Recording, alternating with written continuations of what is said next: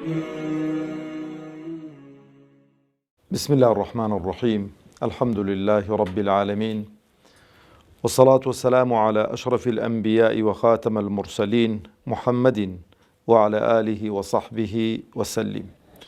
ربنا هب لنا من لدنك رحمة وهيئ لنا من أمرنا رشدا. ربنا أرنا الحق حقا وارزقنا اتباعه، وأرنا الباطل باطلا وارزقنا اجتنابه. ربنا اغفر لنا ذنوبنا وإسرافنا في أمرنا وثبت أقدامنا وانصرنا على القوم الكافرين آمين. بسران و بینەرانی بەڕێز و خۆشەویست و قەدرگران، سەلام و ڕەحمەتی خوای پەروەردگار بڕژێ بەسەر هەمولایەکماندا. خوای پەروەردگار عاقبەت خێرمان بکە، سەربەرز و سەرفرازی دنیا و قیامەتمان بکە، داهاتوومان لە ڕابردوومان باشتر بکە، بە موسڵمانی بمان ژێنێ، بە موسڵمانی بمان مرێنێ، بە موسڵمانی زیندیمان بکاتەوە ئینشاء الله تعالى. خۆشحاڵم کە لە بەرنامەکەتان، بەرنامەی ڕامان بە خزمەتان دەگەمەوە.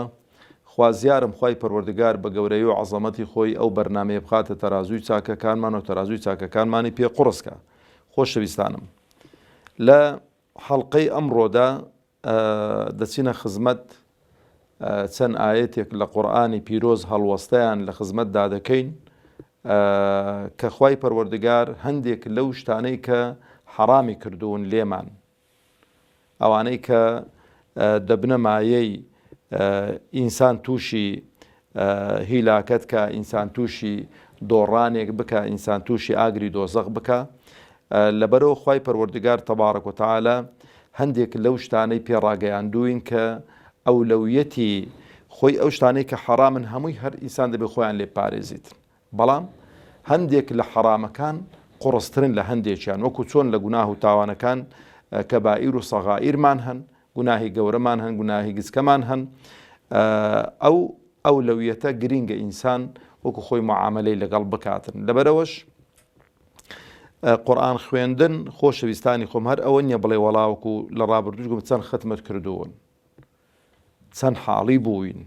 چەندمان جێبەجێ کردووە، چەند لە ژیانی ڕۆژانەماندا ڕەنجی داوەتەوە. باوەڕتان بێ ئەوەی کە لە کەلامی خوا حاڵی بێ، لە قورئان حاڵی بێ، بەختەوەری دنیا و قیامەت دەبێت. ئەوەی کە لە قورئان حاڵی بێ، بەختەوەری دنیا و قیامەت دەبێتن، و هەم دنیای دەبێ، هەم قیامەتی دەبێ، هەم ئاسوودە دەبێتن. و ئینسان بەشێکی زۆری خۆشەویستانی خۆم کێشە کۆمەڵایەتیەکان و ئەو کێشانەی کە لە ناو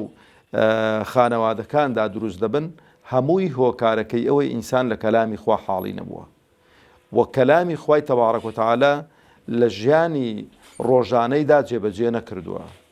و پێیوە پابند نەبووە. لەبەرەوە بەڕاستی کاتێک کە جیلی ئەسحاب ڕەحمەتی خوای لێبێ سەید قوتب دەفەرمێ بە جیلێکی فەرید، بە جیلێکی ناوازە، بە جیلێک کە بەڕاستی دروستبوونەوەی زۆر زەحمەتە، لەبەرەوەی دەڵێ جیلون قورئانیون فەرید. یعنی قورئانی یانی چی؟ یعنی هەرچی کە لە قورئان داهاتوە جێبەجێیان کردووە، هەرچی کە لە قورئان داهاتوە جێبەجێیان کردووە.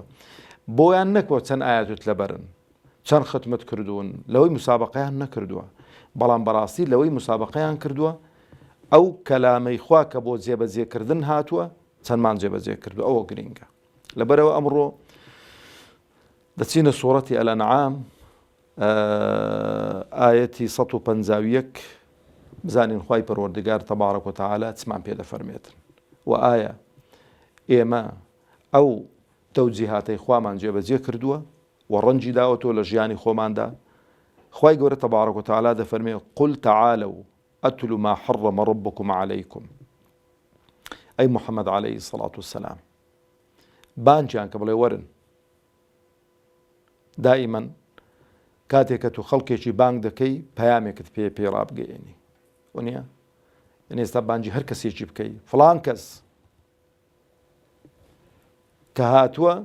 ئەوە نییە بڵێ کە وەڵامی دا و سەلام عەلەیکم، چکە کەس بۆ سەلامکردنی بانجی خەڵکی ناکات، ئللا دەبێ ئیشێکت پێ بێ، پەیامێکت پێ بێ، ئەو پەیامی پێ بگەینی. لەبەرەوەش خوای گەورە بۆی دەست پێ دەکات، دەفەرمێ قل تعالوا ئەتل ما حرم ربكم عليكم. ئەی محەممەد عەلەیهی سەڵات وسەلام،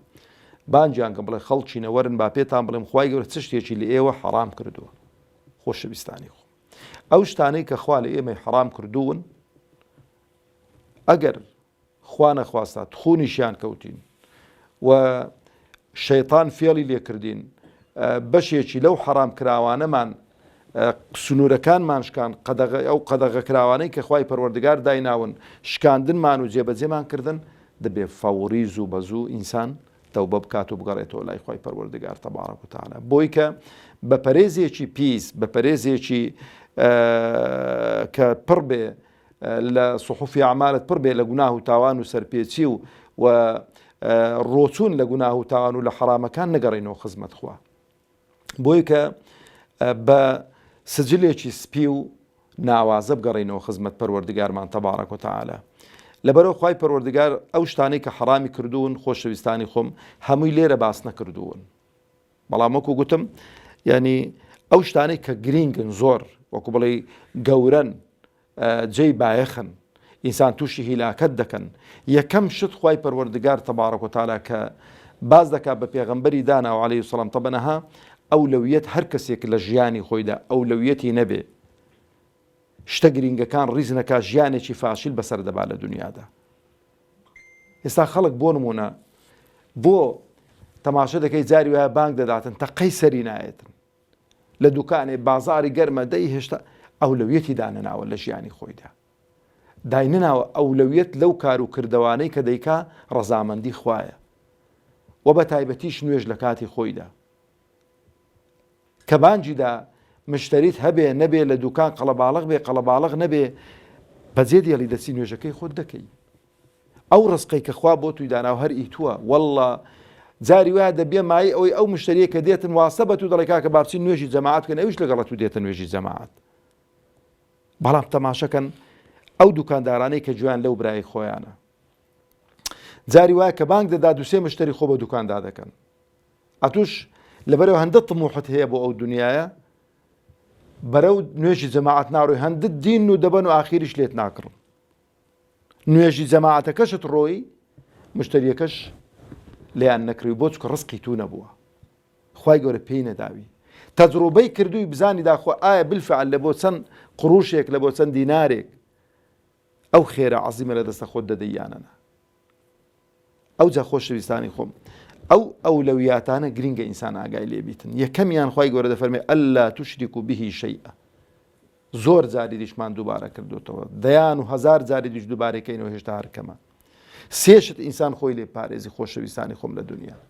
ئەو سێشتە ئینسان بیان کاو لەسەر ئەو ئەساسەی بمرێ بە ئەبەدی لە ناو ئاگری دۆزەخدا دەبێ بە کافری دەچێتەوە خزمەت خوا تەبارەک و تەعالە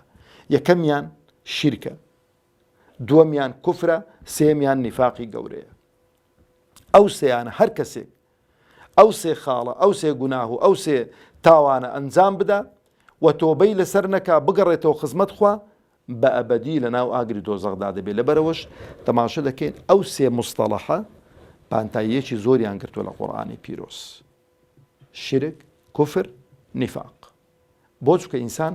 ماڵی وێران دەبێت لەبەر هەندێک خوای گەورە دەفەرمێ یا ئەیها الذین ئامنوا اتقوا الله حق تقاته ئەی ئیماندارینە لەخوا بترسن لەخوا ترسانێک کە شایستەی خوا بێ ئەو جا چ دەفەرمێ ولا تموتن إلا وأنتم مسلمون و مەشمرن بە ئیمانداری نەبێ خۆگە ئیمانداریش هەر دەمرێ بەڵام بۆ دەفەرمێ بە ئیمانداری نەبێ مەمرن مێنەوە لام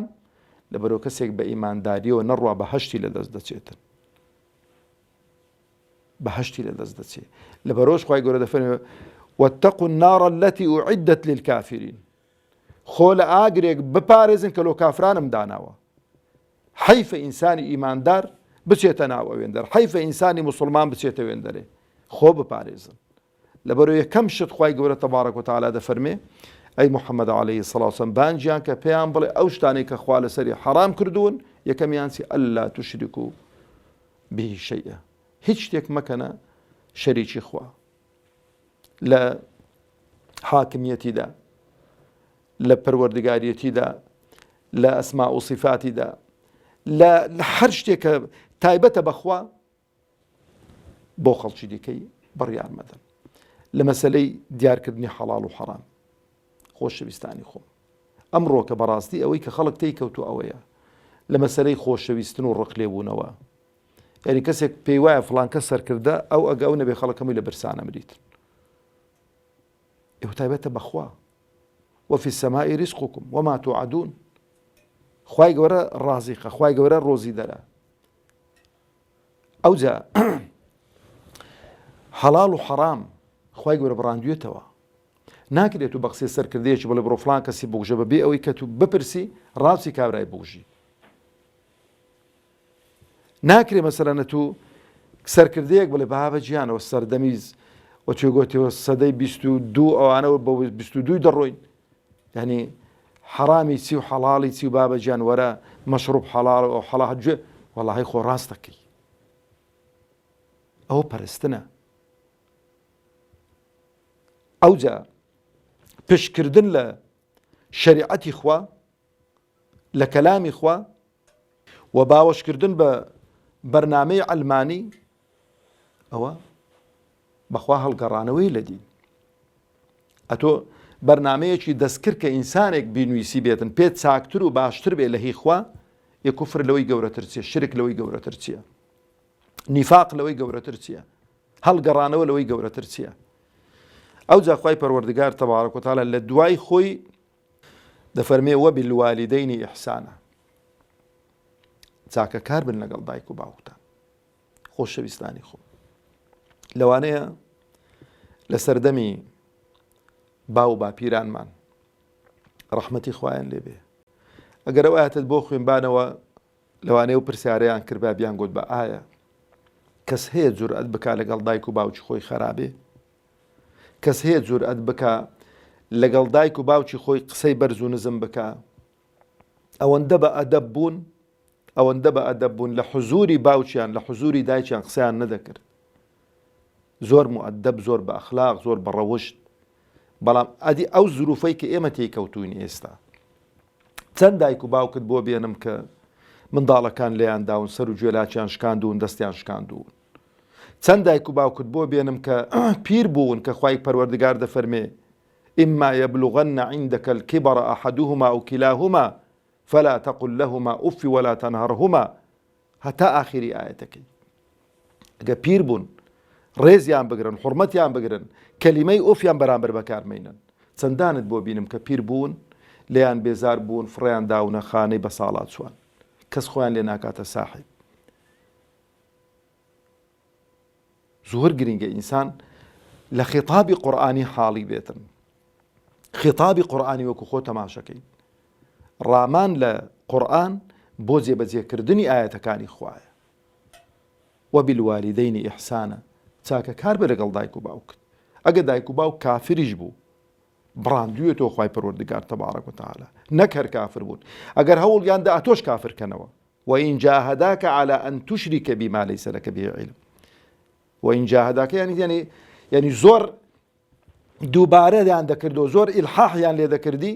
کە شرکم بۆ بڕیار بدەی کە کافر بێ توش. خوای گەورە بەس ڕێی داوە چ بکەین؟ فەلا تطیعهما، بەگوێیان مەکە. بەڵام وصاحبهما في الدنيا معروفە، بە ساکەیان لەگەڵ بکە، مەسروفاتیان بکە، جلوبەرجیان بۆ بکڕە، خواردنیان بۆ دابینکە، ڕێزیان لێ بنێ، دەستیان ماچکە، قاچیان ماچکە، سەریان ماچکە، بیان شۆن، خزمەتیان کەن. لەبەرەوە خوای پەروەردگار تەبارەک و تەعالا دەفەرمێ وەبالوالدەینی ئیحسانە. یعنی چی کە دەفەرمێ لێرانە وەبالوالدەینی ئیحسانە؟ بۆ نەیفەرمووە خراپە لەگەڵ دایک و باوکتان مەکەن. خوایەتەکە چ دەفەرمێ؟ ئاەتێکە دەفەرمێ قل تعالوا ئەتلوا ما حرم ربكم عليكم. وەرە با پێتاوەڵێم چ شتێک خوای گەورە لەسەرەوەی حرام کردووە. وانە یعنی وەکو بڵێ کە ئەنەما کەسێک شک نابم ئەمن ئەگەر تۆزێ ئیمان و عەقڵ ئەوەی هەبێ لە چا خراپە لەگەڵ دایک و باوکی بکاتن. ئەسڵەکە چاکەکردنە. لەبەرەوە خوای پەروەردگار دەفەرمێ وەبالوالدەینی ئیحسانە، لەگەڵ دایک و باوکتان چاکەکار بن. کەواتە پێچەوانەی چاکەکاری بە کەلیمەیەک بێ، بە هەڵس و کەوتێک بێ، بە چاو لێ سۆرکردنەوەیەک بێ، بە دەربڕینی ناڕحەتیەک بێ، بە سفرە بەجێهێشتن بێ لەسەر نانی، هەمووی دەچێتە بابی بێڕێزی بەرامبەر دایک و باوک کە خوای گەورە قبولی ناکاتن. لەبەرەوەش لە دوای خۆی هێناوە ئەللا توشریکوا به شەیئا، ئەو جا دەفەرمێ وەبالوالدەینی ئیحسانە. هەتا ئێوارێ لەگەڵ ژنی خۆت باش بە، هەتا ئێوارێ لەگەڵ منداڵەکانی خۆت باش بە، لەگەڵ دایک و باوکت باش نەبی قەسەم بەخوا ئەو منداڵانە دەبنە گورگلێت لەو برای خۆتانی وەرگرن والله ثم والله ئەوەی کە خراپە لەگەڵ دایک و باوکی دەکات نایباتەوە قیامەتێ هە لە دنیا دەبی تۆڵەی لێوەرگیرێتەوە چونکە هەندێک گوناه دەیکەی خوای گەورە هەڵی دەگری بۆ قیامەتێ بەڵام هی دایک و باوک وانە هی دایک و باوک ئەو کەسانەی کە بێڕێزی بەرامبەر دایک و باوکیان دەکەن والله ئەو منداڵە گەر شەقێکی لێدا بێت 10 شەقت تێ هەڵدەدات ئەو چا دەڵێ پەنجەی خۆت دەگەزی و دەڵێ من چم کرد ئەگە دەتوێ منداڵەکانت باش بن لە ئێستاوە دەگەڵ دایک و باوکت باش بە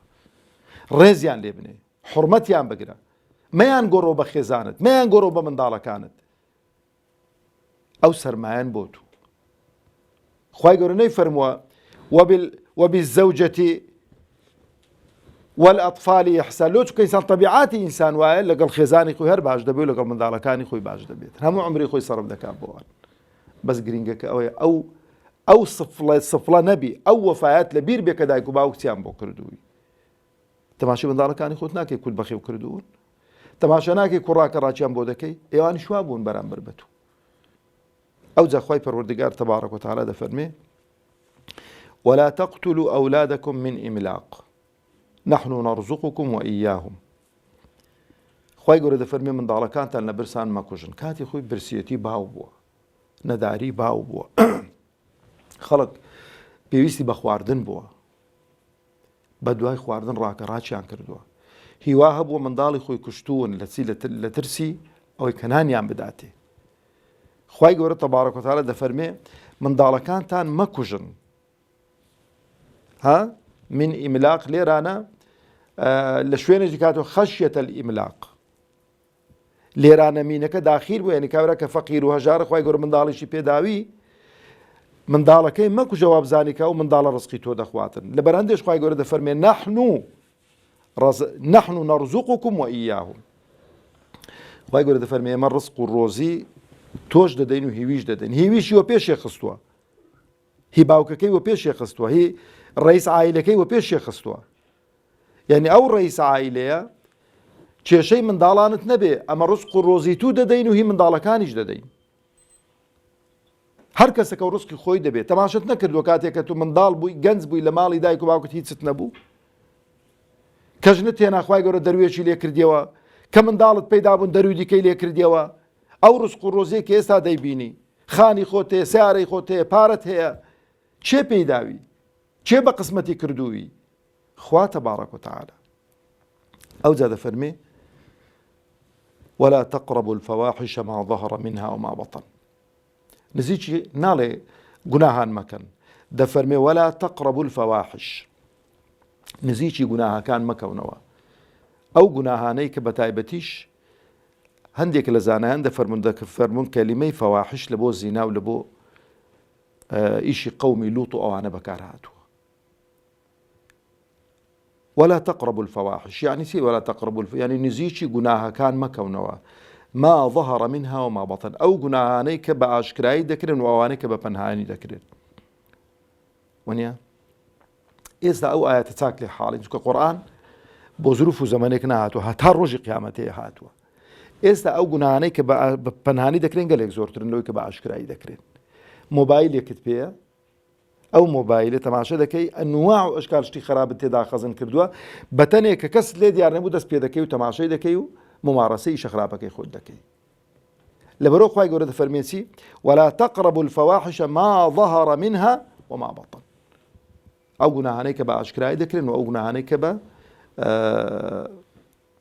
دزی دەکرێن ئەو جا آخر شت خوای گەورە تەبارەک و تەعالا دەفەرمێ ولا تقتلوا النفس التي حرم الله إلا بالحق و يكتر مكوجن